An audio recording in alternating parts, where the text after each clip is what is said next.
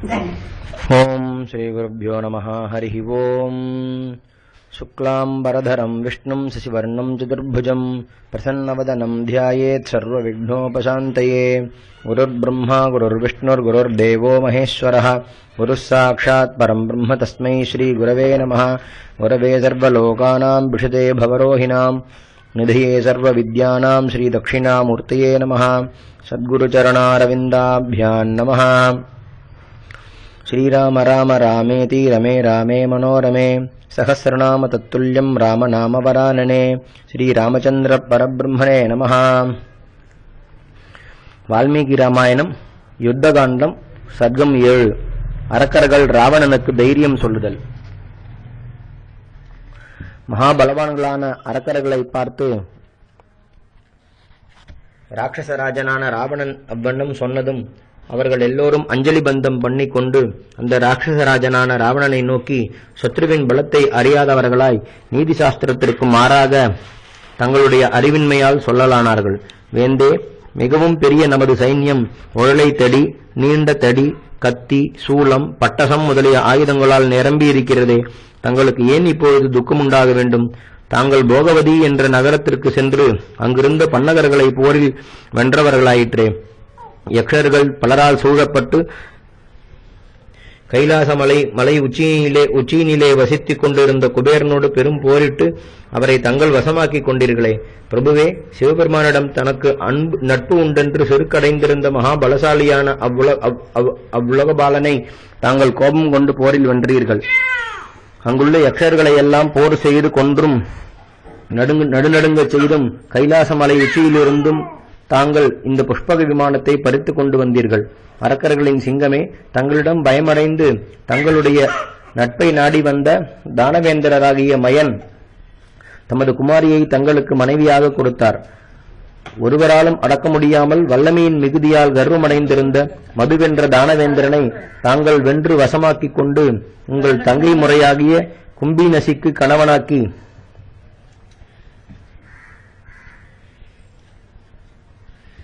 அவளுக்கு சுகத்தை விளைவித்தீர்கள். பெரும் தோல் வலிமையுடையவரே, தாங்கள் பாதாள லோகம் சென்று அங்கிருந்தவர்களை எல்லாம் வென்று வாசுகி, தக்ஷகன், சங்கன், ஜடி என்ற இவர்களையும் தங்களுடைய வசமாக்கிக் கொண்டீர்கள். பிரபுவே, அழிவற்றவர்களாயும் வெகு பலம் பொருந்தினவர்களாயும் மகாசூரர்களாயும் வரம் பெற்றவர்களாயும் இருந்த காலகேயர் என்ற தானவர்களுடன் 1 வருஷ காலம் பெரும் சைன்யத்துடன் போர் செய்து தாங்கள் அவர்களை தங்களுக்கு கீழாக்கிக் கொண்டீர்கள். பகைவரை அடக்குபவரே, அன்றியும் அவர்களிடமிருந்து பலவித மாயைகளையும் கற்றுக்கொண்டீர்கள். மகாபாகுவே, சூரர்களாயும் மகாபலசாலிகளாயும் இருந்து கொண்டு 4 வித சேனைகளுடன் போரிட வந்த வருண பகவானுடைய குமாரர்களை போரில் தாங்கள் வென்றீர்கள். யமதண்டமாகிய பெருமுதலைகளையும்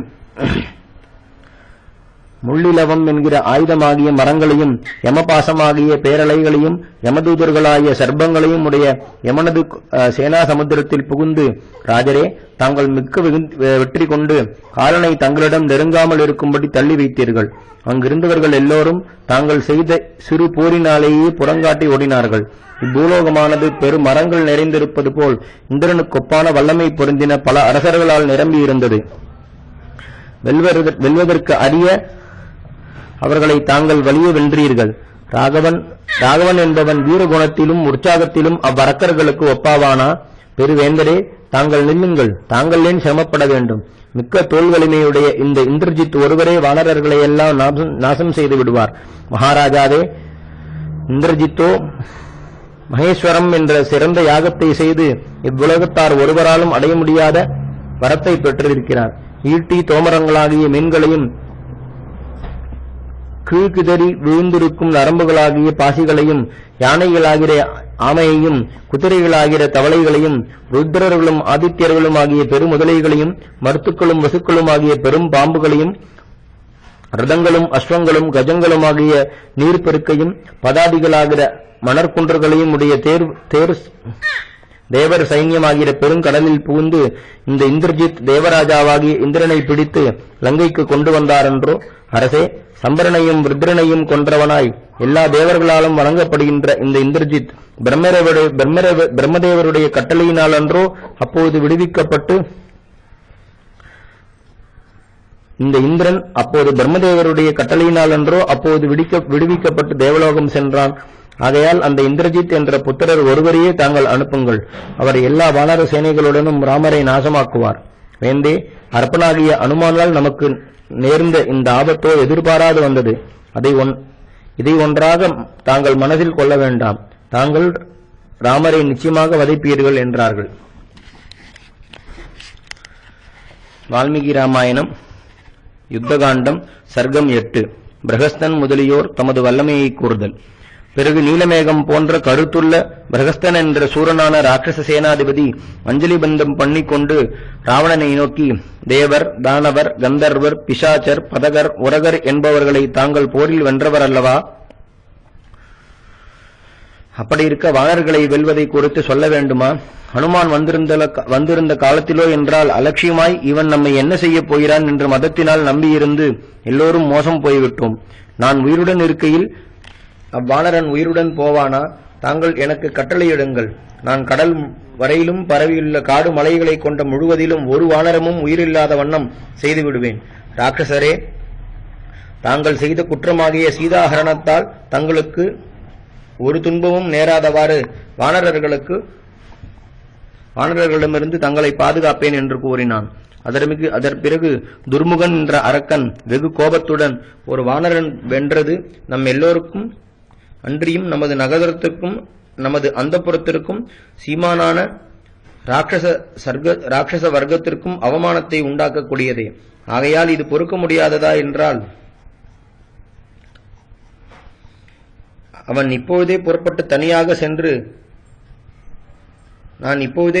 தனியாக சென்று வானரர்கள் பயங்கரமான சமுத்திரத்தில் மறைந்து கொண்டாலும் சரி, ஆகாசத்தில் ஒளிந்து கொண்டாலும் சரி, பாதாள லோகம் சென்றாலும் சரி, ஒருவரையும் விடாமல் நாசம் செய்து திரும்பி வருகிறேன் என்றான். பிறகு மகாபலம் பொருந்தின வஜ்ரதம்ஷ்டன் என்பவன் வெகு கோபத்துடன் உதிரமும் தசையும் பற்றியிருந்த பயங்கரமான கதாயுதம் ஒன்றை தனது கையால் எடுத்து சுழற்றிக் கொண்டு வெல்லுதற்கு அரிய ராமர் சுக்ரீவனுடனும் லக்ஷ்மணனுடனும் சேர்ந்திருக்கும் போது பயந்தவனும் எளியனுமான அனுமானால் நமக்கு ஆவதென்ன? நான் ஒன்றியாகவே சென்று இன்றைய தினமே எனது கதாயுதத்தால் ராமனையும் சுக்ரீவனுடனும் லக்ஷ்மணனுடன் கொன்று வானரசேனையை குழப்பி வந்து விடுகிறேன். வேந்தனே, நான் இன்றும் ஒன்று சொல்ல விரும்புகிறேன். இஷ்டமுண்டானால் கேட்பீராக. சோம்பலின்றி உபாயத்தில் வல்லவனே சத்துருக்களை வெல்வான். அரக்கர் தலைவரே, மிக கொடியவனான பயங்கரமான தோற்றமுள்ளவர்களும் சூரர்களுமாய் தங்களால் அனுப்பப்பட்ட ஆயிரக்கணக்கான அரக்கர்கள் தம் மனதில் குழப்பமின்றி மனித வேதம் பூண்டு ராமனது முன்பாக போய் நின்று, நாங்கள் தங்களது தம்பியாக பரதரால் அனுப்பப்பட்டவர்கள் என்று ராமனிடம் சிறிதும் பின்வாங்காமல் சொல்லிக் கொள்ளட்டும். அவன் அவர்களையெல்லாம் சேர்த்துக் கொண்டு வெகு சீக்கிரமாக இங்கு புறப்பட்டு வருவான். நாமும் அதற்குள் இங்கிருந்து சூலம், கத்தி, சக்தி, கதை முதலிய ஆயுதங்களுடனும் வில், அம்பு இவைகளுடனும் விரைவாக புறப்பட்டு சென்று ஆகாசத்தில் நின்று கொண்டு கல்லையும் அம்பையும் மழை போல் பொழிவித்து அவ்வானர சேனை அவ்வளவையும் கொன்று யமலோகம் அனுப்புவோம். இவ்விதமாக நாம் செய்தால் ராமலட்சுமணர் நமது வஞ்சனைக்கு உட்பட்டு நிச்சயமாய் தம் உயிரை விடுவார்கள் என்றான். அதன் பிறகு கும்பகர்ணனது குமாரனாகிய நெகும்பன் என்ற வீரன் வெகு கோபம் கொண்டவனாய் உலகத்தை கதறச் செய்பவனான ராவணனை பார்த்து, அரக்கர்களே, நீங்கள் எல்லோரும் இவ்விடத்திலேயே நமது மன்னவரோடு உட்கார்ந்து கொண்டிருங்கள். நான் ஒருவனாகவே சென்று லக்ஷ்மணனோடு ராமனை வதைத்து சுக்ரீவனையும் ஹனுமானையும் மட்டுமுள்ள வானரர்களையும் நாசம் செய்து வருகிறேன் என்றான்.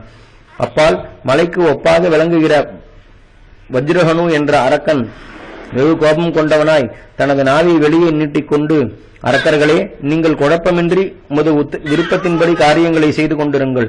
நான் ஒருவனாகவே அவ்வானர வீரர்களை புஜித்து விடுகின்றேன். நீங்கள் கவலையற்று வாருணை என்ற மதுவை குடித்துக் கொண்டு ஸ்வஸ்தர்களாய் விளையாடிக் கொண்டிருங்கள். நான் ஒருவன் மட்டுமே சென்று யுத்த வீரனாகிய ராமன், சுக்ரீவன், லக்ஷ்மணன், அங்கதன், ஹனுமான் என்பவர்களை வதைத்து விடுகின்றேன் என்றான். வால்மீகி ராமாயணம் யுத்தகாண்டம் சர்க்கம் 9. நிகும்பன் முதலியோரை தடுத்து விபீஷணர் ராவணனுக்கு புத்தி கூறுதல். அப்புறம் நிகும்பன், ரபசன், மகாபலம் பொருந்தின சூரிய சத்ரு, சப்தக்னன், யக்ஞஹா, மகாபார்ஸ்வன், மகோதரன், தகை முடியாத அக்னிகேது, ரஷ்மிகேது என்ற அரக்கன், மகா தேஜஸ்வியும் வெகுபலம் பொருந்தினவனுமான ராவணகுமாரனுமான இந்திரஜித், பிரகஸ்தன், விரூபாக்ஷன், அதிக வல்லமையுள்ள வஜ்ரதம்ஷ்டன், தும்ராக்ஷன், அதிகாயன், துர்முகன் என்ற அரக்கன் இவர்கள் ஒழலைத்தடிகள், ஈட்டிகள், கத்திகள், சக்திகள், சூளங்கள், கோடாலிகள், பானங்களை உடைய பெரிய விற்கள், கூரான பெரிய அறிவாள்கள் என்ற விதமான ஆயுதங்களை தங்கள் கைகளில் எடுத்துக்கொண்டு வெகு கோபத்துடன் வெளிக்கிளம்பி தாங்கள் பராக்கிரமத்தை வெளியிட்டுக் கொண்டு ராவணனை பார்த்து பின்வருமாறு சொல்லலுற்றார்கள். இப்போதே லக்ஷ்மணனோடு ராமனையும் சுக்ரீவனையும் நமது நகரமாகிய லங்கையை கொளுத்தின அற்பனான அனுமானையும் நாங்கள் கொன்று விடுகின்றோம் என்றார்கள். இவ்வாறு தங்கள் கைகளில் ஆயுதங்களை ஏந்தி வந்த அவர்களை எல்லாம் தடுத்து விபீஷணர் உட்காரச் செய்து அஞ்சலி பந்தம் பண்ணிக்கொண்டு பின்வருமாறு சொல்லத் தொடங்கினார். ஐயா, எந்த காரியத்தையும் சாமம், பேதம், தானம் என்ற 3 விதமான உபாயங்களால் சாதிக்க முடியவில்லையோ அப்பொழுதுதான் அக்காரியத்தை பராக்கிரமத்தால் முயல வேண்டும் என்று புத்திமான்கள் சொல்லியிருக்கிறார்கள். பகைவர்கள் ஜாகிரதை இல்லாதவர்களாவது வெறுத்தவர்களாவது பாகியமற்றவர்களாவது இருக்கும் பட்சத்தில் நல்ல மந்திரிகளுடன் கூடி ஆலோசித்து நீதிமுறைப்படி அப்பகைவலரிடம் காட்டும் வல்லமை வெற்றியை கொடுக்கும். ராமரோ என்றால் வெகு ஜாகிரதையுள்ளவர், எப்போதும் வெற்றியடையும் ஆவல் கொண்டு அதற்கு தகுந்த பலத்துடன் இருப்பவர், கோபத்தை அடக்கி இருப்பவர், ஒருவராலும் எளிதில் தகையக்கூடாதவர். அவ்வித வீரரை நீங்கள் எவ்வாறு வெல்ல விரும்புகின்றீர்கள்? பெருநதிகள் எல்லாவற்றிற்கும் அடைக்கலமாய் வெகு பயங்கரமாயிருக்கும் சமுத்திரராஜனை ஹனுமான் தாண்டி செய்வதற்கரிய இவ்வகை தொழிலை செய்தானே, இதையாவது கருதுங்கள். அரக்கர்களே, நமது பகைவர்களுடைய பலமும் வல்லமையும் அளவிட முடியாமல் இருக்கின்றன. ஆகையால் நீங்கள் அவர்களை திடீரென்று அலட்சியமாக எண்ணக்கூடாது. நமது மன்னவருக்கு ராமர் என்ன கெடுதி செய்தார்? என்ன காரணத்திற்காக ஜனஸ்தானத்திலிருந்து அவ்விருவருடைய கற்புள்ள மனைவியை கவர வேண்டும்? ராமரை வரம்பு கடந்து உபதிரவம் பண்ண தொடங்கினான். பிராணிகள் தம்மால் கூடிய மட்டும் தமது உயிரை காக்க முயல வேண்டுமென்றோ? பிறர் மனைவியை கண்ணெடுத்து பார்ப்பது ஒருவனுடைய புகழுக்கு கேடாகவும், ஆயுளை போக்குவதாகவும், செல்வத்திற்கு குறைவை உண்டாக்குவதாகவும், பாபத்திற்கெல்லாம் இருப்பிடமாகவும் மிக கொடியதாகவும் இருக்கிறது. இப்படி இருப்பதால் சீதையின் மூலமாக பெரும் பயம் நமக்கு உண்டாகும். ஆகையால் நாம் அப்பிராட்டியை உடனே திருப்பி கொண்டு போய் விட்டுவிட வேண்டும். வீணாக கலகத்தில் என்ன பிரயோஜனம்? நீதி வழுவாமல் நடந்து வரும் அவ்வுத்தம புருஷனுடன் வீண் பகையை விளைத்துக் கொள்ளுதல் நமக்கு தகுதி என்று. ஆதலால் சீக்கிரமாக சீதாதேவியை ராமனுக்கு கொடுத்து விடுங்கள். யானைகள், குதிரைகள் நிரம்பி பலவகை ரத்னங்கள் நிறைந்து விளங்கும் இவ்வரிய இலங்கையை ராமர் தனது பானங்களால் நாசம் பண்ணுவார். அதற்கு முன்னே சீதையை அவளிடம் கொடுத்து விடுங்கள். வெகு பயங்கரவர்களாய் வெல்ல முடியாதனவாகிற பெரு வானர சைன்யங்கள் நமது இலங்கையை தகையும் முன்னமே சீதாதேவியை கொடுத்து விடுங்கள். தாங்களே ராமரிடம் அவருடைய அன்பானிய மனைவியை கொடாத பட்சத்தில் இவ்விலங்கை நகரம் நாசமாய் போய்விடும். வீரர்களான அரக்கர்களும் அடியோடு அழிந்து போய்விடுவார்கள். நான் தங்களுக்கு உறவு முறையானதால் தங்களை வேண்டிக் கொள்கிறேன். நான் சொல்வதை கேளுங்கள். என் சொல்லோ உங்களுடைய நன்மையை நாடினதாகவும் உண்மையை எடுத்துக்காட்டுவதாகவும் இருக்கிறது. சீதையை ராமரிடம் கொடுத்து விடுங்கள். சரத்காலத்து சூரிய கிரணங்கள் போல் கொளுத்துபவையும் புது முனைகளுடன் கூடினவையும் உறுதியானவையும் தவறாமல் அழிப்பவையுமாகிய பானங்களை தங்களை வதைக்குமாறு சக்கரவர்த்தி திருமகனார் பொழியும் முன்னமே தசரதகுமாரனான அவரிடம் தாங்கள் சீதையை கொடுத்து விடுங்கள். தங்களுடைய சுகத்தையும் தர்மத்தையும் நாசம் பண்ணின கோபத்தை விட்டுடுங்கள். தங்களுடைய க்ஷேமத்தையும் புகழையும் பெருகச் செய்யும் நியாயத்தை கைப்பற்றுங்கள். சிறிது மனத்தெளிவு அடையுங்கள். குமாரர்களும் பந்துக்களோடுமாக உயிர் தப்புவோம். சீக்கிரம் ராமரிடம் சீதையை கொடுத்து விடுங்கள் என்றார். அவ்வாறு விபீஷணர் சொன்ன சொற்களை கேட்டு ராட்சசராஜனான ராவணன் அங்கிருந்த அரக்கர்களையெல்லாம் அனுப்பிவிட்டு தானும் தனது அரண்மனைக்கு புகுந்தான். வால்மீகி ராமாயணம் யுத்தகாண்டம் சர்க்கம் 10. சீதையை விட்டுட வேண்டும் என்று விபீஷணர் வற்புறுத்தி கூறுதல். பிறகு அதிகாலையில் தர்மம், அர்த்தம் இவைகளை நன்றாக பகுத்தறிந்தவரும் வெகு பராக்கிரமசாலியும் மிக்க தேஜஸ்வியும் வீரருமாகிய விபீஷணர் அரக்கர தலைவனாகிய தமது தமையனது மாளிகையில் புகுந்தார். ராவணனது மாளிகையோ பெரியதொரு பர்வத்தின் கொடுமுடிகள் போல பல சிகரங்களை உடையதாகவும் மலைச்சிகரங்கள் போல் உயர்ந்தும் நன்றாக வகுத்து கட்டப்பட்ட பெரிய கட்டுக்களுடனும் பெரியவர்கள் நாடி வரப்பெற்றும் புத்தியில் சிறந்தவர்களும் எஜமானிடம் விசுவாசமுள்ளவர்களுமான பிரதானிகளால் நிரம்ப பெற்றும் மிக்க நம்பிக்கையுள்ளவர்களான அரக்கர்களால் 4 பக்கங்களிலேயும் நன்றாக பாதுகாக்கப்பட்டும் மத யானைகளின் மூச்சுக்களினால் சுழல் காற்று வீசப்பட்டும் சங்க வாத்தியங்களால் பெரும் முழக்கத்தை அடைந்தும் மற்ற பலவித வாத்தியங்களின் ஒளியால் பிரதிதுவனி ஒலிக்கப் பெற்றும் சிறுமியர் கூட்டம் கூட்டமாக நிரம்பி பேசுகிற வழிகளை பெற்றும் பத்தரை மாற்று தங்கத்தால் செய்யப்பட்ட கொடுங்குகளை அடைந்தும் சிறந்த ஆபரணங்களால் அலங்கரிக்கப் பெற்றும் கந்தர்வர்களின் அரண்மனையோ தேவதைகளின் மாளிகையோ ரத்ன கற்களால் இழைக்கப்பட்ட போகவதியோ என்ற சந்தேகத்தை விளைவித்துக் கொண்டும் விளங்கிற்று. அப்பெரு மாளிகையினுள் பெரிய மேகத்தில் தனது கிரணங்களால் விளங்கும் சூரிய பகவான் புகுவது போல் விபீஷணர் நுழைந்தார். அவ்விடத்தில் வேதங்களை நன்றாக உணர்ந்த அந்தணர்கள் ராவணனுக்கு ஜெயமுண்டாகும் பொருட்டு மங்களகரமான புண்ணியாக வாசனங்களை ஓதிக்கொண்டிருப்பதை மிக்க ஒளியுள்ளவராக விபீஷணர் கண்டார். மந்திரங்களையும் பிரமாணங்களையும் அறிந்த வேதியர்கள் தயிர் நிரம்பிய பாத்திரங்களாலும் நெய்யாலும் புஷ்பத்தாலும் அக்ஷதையாலும் பூஜிக்கப்படுவதை வெகு பலசாலியான விபீஷணர் கண்டார். அங்குள்ள அரக்கர்கள் எல்லோரும் மிக்க காந்தியால் விளங்குகிற விபீஷணரை கண்டு வணங்கி நின்றார்கள். அங்கு ஆசனத்தில் உட்கார்ந்திருந்த தமது தமையனை வணங்கி நின்று அவன் கண்ணால் காட்டின ஒரு ஆசனத்தில் எல்லாவித மரியாதைகளையும் அறிந்த அவ்வீரரான விபீஷணர் தாம் செய்ய வேண்டிய மரியாதையை செய்துவிட்டு உட்கார்ந்தார். ஏகாந்தமாய் மந்திரிகளுடன் கூடியிருந்த மகாத்மாவான ராவணனை பார்த்து விபீஷணர் அவனுடைய நன்மையை உத்தேசித்தவராய் யுக்திக்கு ஒத்ததாக சில வார்த்தைகளை சொல்லத் தொடங்கினார். நன்மை தீமைகளை நன்றாக அறிந்த விபீஷணர் தமது தமையனை நல்ல வார்த்தைகளாலும் மரியாதைகளாலும் முதலில் சந்தோஷப்படுத்தி வெகு இனிமையாகவும் அந்த காலத்திற்கும் இடத்திற்கும் தக்கவண்ணமாகவும் பின்வருமாறு சொல்லலானார். என்றைய தினம் இவ்விடம் சீதை வந்தாலோ அன்று முதல் நமது பட்டணத்தில் அநேக அபசகுணங்கள் காணப்படுகின்றன. ஹோமாக்னியானது மந்திரங்களின் சாஸ்திர பிரகாரம் வளர்த்தாலும் பொறிகளை வெளிப்படுத்திக் கொண்டும் புகைந்து கொண்டும் எரிந்து கொண்டு அவிந்து எரிந்து கொண்டும் நன்றாக ஜொலிப்பதில்லை. சமையல் அறைகளிலும் அக்னிஹோத்திரம் செய்யும் அறைகளிலும் வேதாத்தியனம் பண்ணுமிடங்களிலும் அடிக்கடி சர்ப்பங்கள் கண்ணுக்கு புலப்படுகின்றன. அப்படியே ஹவ்யங்களில் எறும்புகள் தென்படுகின்றன. பசுக்கள் திடீரென்று பால்வற்றி போய் வருகின்றன. வீர யானைகள் எல்லாம் தங்கள் மதம் அடங்கி நிற்கின்றன. உதரிகளும் எளிமையாக கணைக்கின்றன. ஆயினும் பொருட்களை விரும்புவதில்லை. கழுதைகள், ஒட்டகங்கள், கோவேறு கழுதைகள் மயிர் உதிரப் பெற்று கண்ணீர் வடிக்கின்றன. இவைகளுக்கு சிகிச்சைகள் செய்தாலும் இவைகள் பழைய ஸ்திதிக்கு வருவதில்லை. எங்கு பார்த்தாலும் காக்கைகள் கூட்டம் கூட்டமாக கத்துகின்றன. வாயசங்கள் கூட்டம் கூட்டமாக விமானங்கள் உச்சியில் உட்கார்ந்து கொண்டிருக்கின்றன.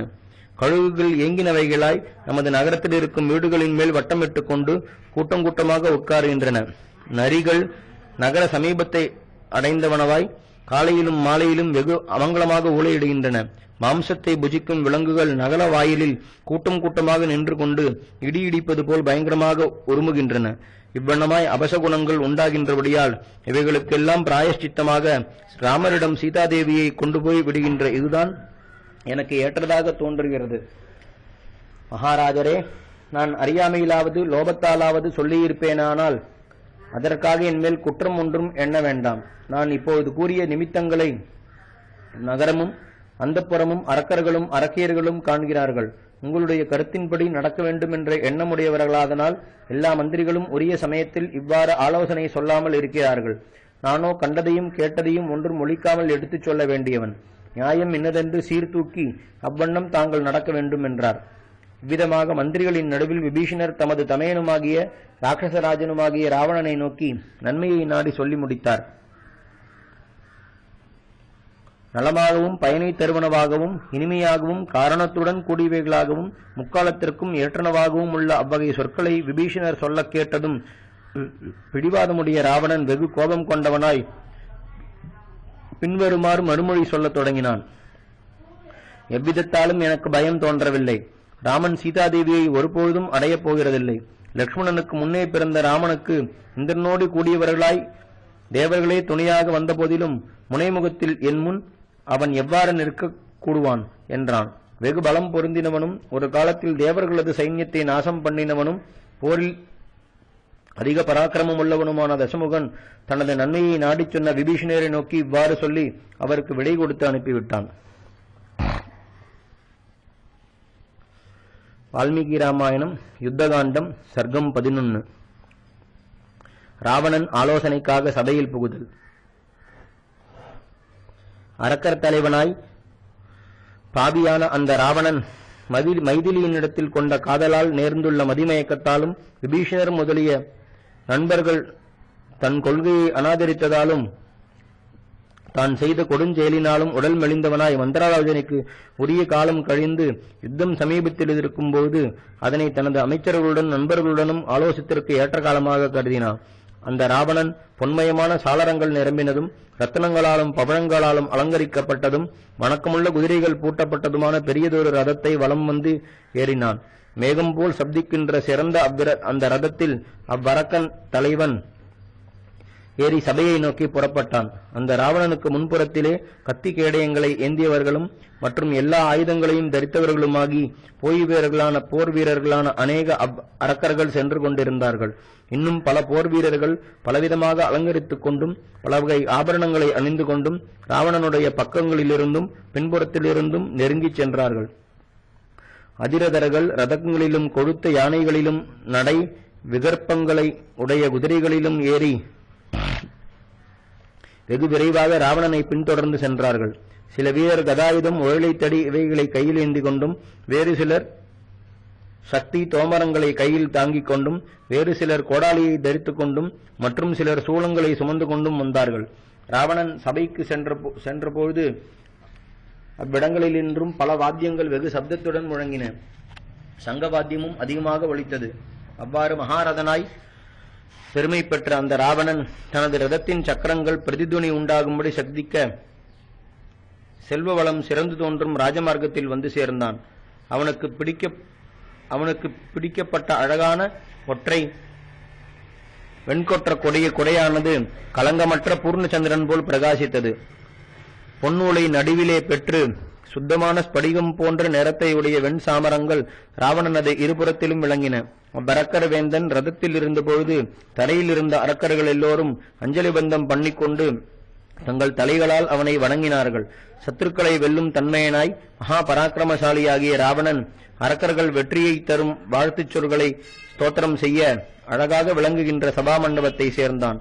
வெள்ளியாலும் தங்கத்தாலும் செய்த தம்பங்களை பெற்றும் ஸ்படிக கற்கள் பதிக்கப்பட்ட நடுவிடத்தை பொருந்தியும் பொன்பட்டு வஸ்திரங்களால் இயன்ற மேல்விரிப்பை கொண்டும் 600 பிசாசர்களால் வெகு ஜாகிரதையாக பாதுகாக்கப்பட்டும் விஸ்வகர்மாவினால் அழகாக அமைக்கப்பட்டுள்ளதுமான அந்த சபைக்குள் மிக்க பராக்கிரமசாலியான ராவணன் புகுந்தான். அங்கு வைடூரிய கற்களினால் செதுக்கப்பட்ட பிரியகம் என்ற மிருகத்தின் தோளால் வேயப்பட்டு திண்டு இட்டிருந்த பெரியதொரு சிறந்த ஆசனத்தின் மேல் ராவணன் ஏறி உட்கார்ந்தான். பிறகு ராவணன் அங்கிருந்த வெகு பராக்கிரமசாலிகளான தூதர்களை நோக்கி, விரைவில் இந்நகரத்தில் உள்ள அரக்கர்களை அழைத்து வாருங்கள். நமது சத்துருக்களை வெல்லுதன் பொருட்டு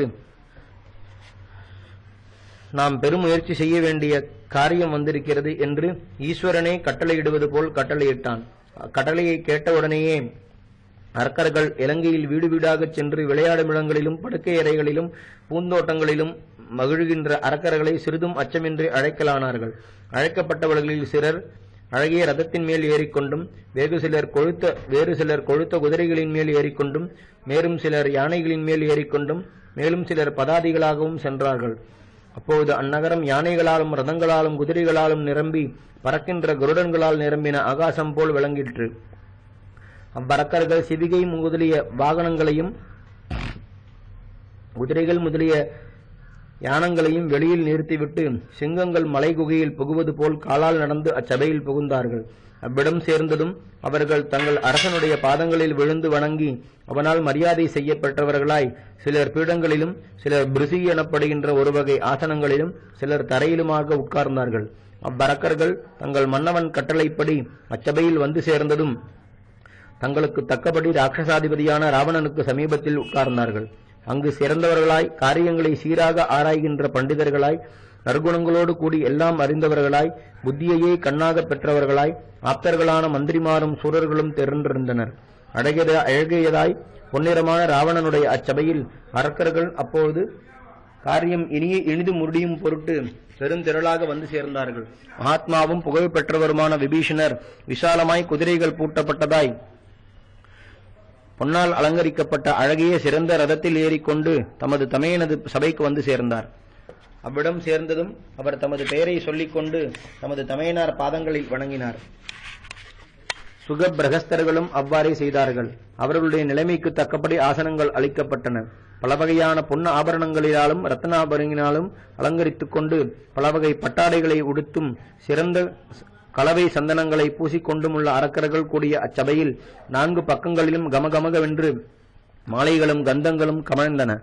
அங்கு வந்திருந்தவர்களில் ஒருவனாவது உயர்ந்த குரலில் பேசவில்லை, பொய் சொல்லவில்லை, வீண் வன்பான பேச்சுக்களை நிகழ்த்தவில்லை. வெகு வீரர்களாய் தங்கள் தங்கள் மனோரதங்கள் நிறைவேறப் பெற்ற அவர்கள் எல்லோரும் தங்கள் எஜமானனாகிய ராவணனுடைய முகத்தையே பார்த்து கொண்டிருந்தார்கள். அச்சபையில் மனஸ்வியாகிய ராவணனும் ஆயுதங்களை கையில் ஏந்திக் கொண்டு வெகு மரியாதை உள்ளவர்களாய் மிக்க பலம் பொருந்தினவர்களான அவ்வரக்கர்களுடைய நடுவிலே வசுக்களினிடையே தேவேந்திரன் விளங்குவது போல் விளங்கலானான். ஸ்ரீ ராமச்சந்திர பரபிரம்மணே நமஹ. ஹரிஹி ஓம்.